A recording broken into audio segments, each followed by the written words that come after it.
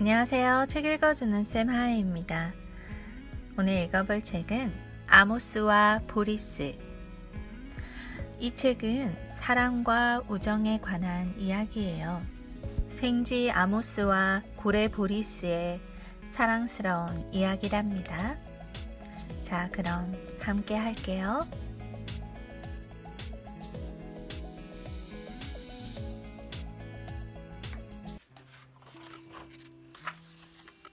아모스와 보리스. 윌리엄 스타이그 글 그림, 우미경 옮김, 시공 주니어. 옛날에 어떤 바다에 생쥐 한 마리가 살고 있었어. 그 생쥐의 이름은 아모스였지. 아모스는 바다를 사랑했어. 바닷바람 냄새도 좋아했고 갑작스레 밀려와 부서지는 파도 소리와 조약돌이 파도에 밀려 굴러가는 소리도 좋아했어. 아모스는 바다 생각에 푹 빠져 있었어. 그리고 바다 저 멀리에는 어떤 세계가 있는지도 알고 싶어 했지. 어느 날 아모스는 바닷가에서 배를 한 척 만들기 시작했어. 낮에는 배를 만들고 밤에는 배를 타는 법을 공부했지.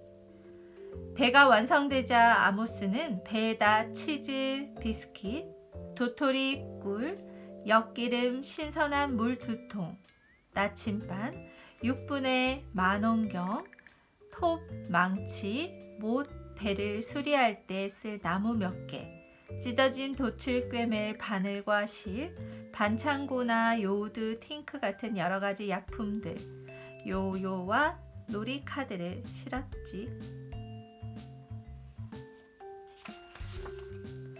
9월 6일 바다는 잠잠했어. 아모스는 큰 파도가 배 가까이로 밀려오길 기다렸다가 있는 힘껏 배를 바다로 밀어내고 갑판으로 올라가서 돛을 올렸어. 로우던트는 이건 아모스가 지은 배 이름인데 정말 잘 만들어진 배였어. 로우던트는 바다에서도 잘 미끄러져 나갔지. 아모스는 배멀미 때문에 하루를 고생하더니 타고난 선원처럼 배에 잘 적응했지. 아모스는 항해가 너무도 즐거웠어. 날씨도 근사했고 아모스는 밤낮으로 산더미 같은 파도에 실려서 위로 아래로 오르내렸고 호기심과 모험심 그리고 삶을 사랑하는 마음으로 부풀어 있었어.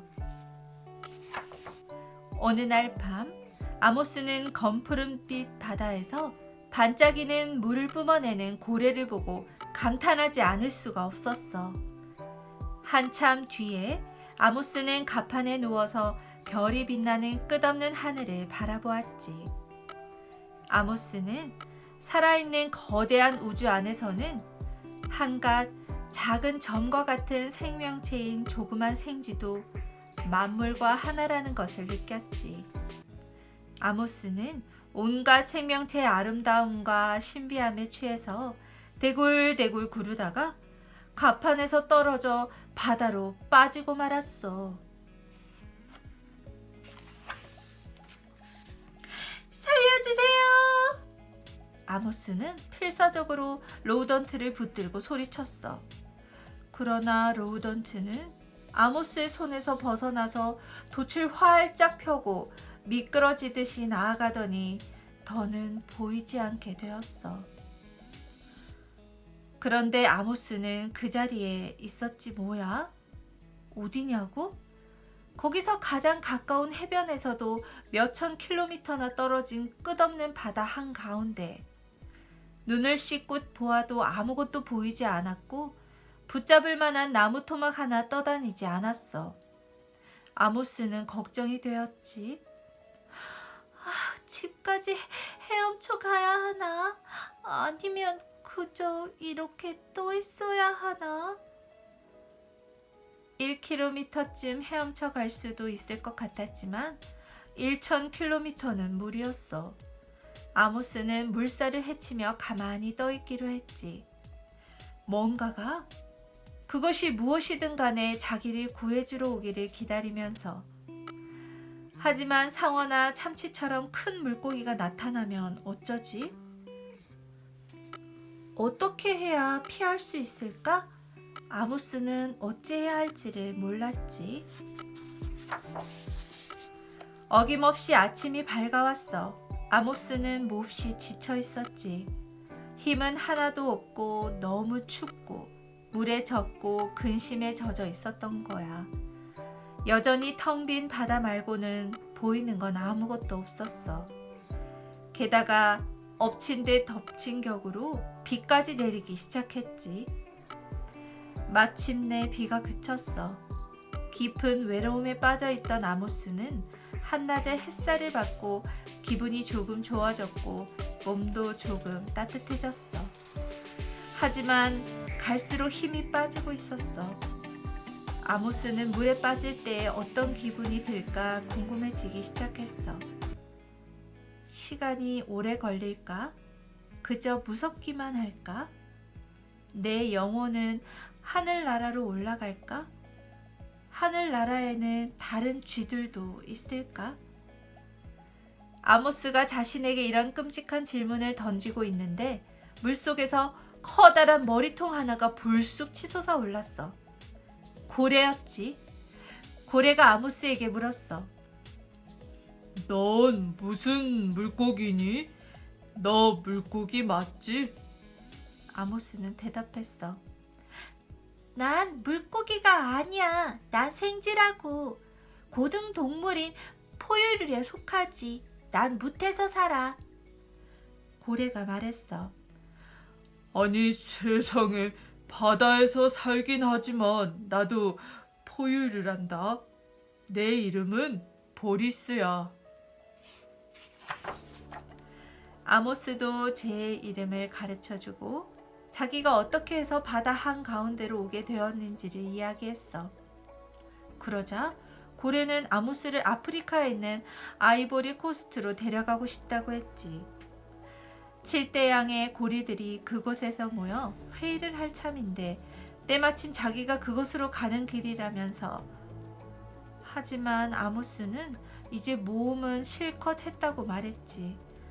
아모스는 그저 집으로 돌아가고만 싶었지. 그래서 고래더러 귀찮지 않다면 방향을 돌려서 자기네 집까지 데려다 줬으면 좋겠다고 했어. 보리스가 말했어. 물론 귀찮지 않아. 오히려 영광인걸. 세상에서 어떤 고래가 너처럼 희한한 동물을 알 기회를 얻게 되겠니? 자, 내 위에 올라타렴. 아모스는 보리스의 등에 올라탔어. 아모스가 물었어. 너도 정말 포유류니? 너에게서 물고기 냄새가 나는데? 고래 보리스는 생쥐 아모스를 등에 태우고서 헤엄을 치기 시작했어. 이렇게 아무 탈 없이 안전하게 다시 집으로 돌아갈 수 있다니 얼마나 다행한 일이야. 아모스는 햇볕을 받으면서 누워있다가 기진맥진해서 금세 잠이 들었어. 그런데 갑자기 다시 물에 빠지고 말았어. 아모스는 깜짝 놀라서 허우적거렸지. 보리스가 잠시 자기 등 위에 손님이 있다는 것을 잊고 잠수를 했던 거야. 보리스는 실수를 깨닫고 급히 물 위로 떠올랐지. 그 바람에 아모스는 하늘 높이, 수염을 아래로 꼬리를 위로 하고 공중제비를 돌았어. 물에 떨어지는 순간에 무척 아팠지. 아모스는 몹시 화가 나서 소리를 지르면서 보리스를 두들겨 패주었어. 그러다가 자기 목숨이 고래에게 달려있다는 것을 깨닫고는 조용히 보리스의 등 위로 올라갔어. 그때부터 보리스는 잠수하고 싶을 때마다 아모스에게 미리 알리고 승낙을 얻어냈지. 보리스가 잠수를 할 때면 아모스는 헤엄을 쳤어. 두 포유 동물은 때로는 아주 빠르게, 때로는 느릿느릿 여유 있게 헤엄을 치면서 서로의 생각을 나누기도 하고 멈추고 잠을 자기도 했어. 아모스의 집 근처의 해안에 닿기까지는 일주일이 걸렸지. 그동안에 아모스와 보리스는 서로에게 깊이 감동하게 되었어. 보리스는 아모스의 가냘픔과 떨리는 듯한 섬세함, 가벼운 촉감, 작은 목소리, 보석처럼 빛나는 모습에 감동했지. 아모스는 보리스의 거대한 몸짓과 위엄, 힘, 의지, 굵은 목소리, 끝없는 친절에 감동했고, 아모스와 보리스는 가장 친한 친구 사이가 되었어. 두 동물은 서로의 생활과 꿈들을 이야기하기도 했지. 깊이 감추고 있는 비밀들도 나누었고, 고래는 육지 생활을 아주 신기해했고 육지에서 살아볼 수 없음을 안타까워했어. 아모스는 고래가 들려준 바닷속 깊은 곳에서 일어나는 일들에 반했지. 때로는 아모스는 운동을 한다면서 고래 등 위로 누비며 뛰어다녔어. 그리고 배가 고프면 플랑크톤을 먹었지. 아쉬운 거라곤 소금기 없는 신선한 물뿐이었어. 이제 둘은 헤어질 때가 되었어. 해변에 도착한 거지. 보리스가 말했어. 우리가 영원히 친구로 남게 되면 좋겠다. 우린 영원히 친구가 될 수는 있지만 함께 있을 순 없어. 너는 육지에서 살아야 하고 나는 바다에서 살아야 하니까. 그래도 난 절대로 널 잊지 않을 거야.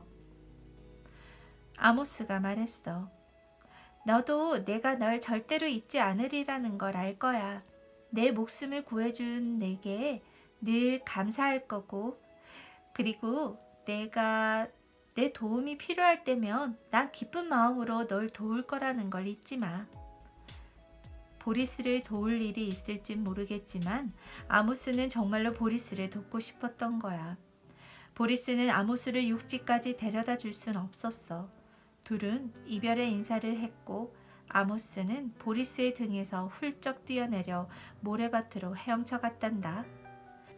아모스는 벼랑 꼭대기에 서서 보리스가 2번 물을 뿜고 사라져가는 걸 지켜보았어.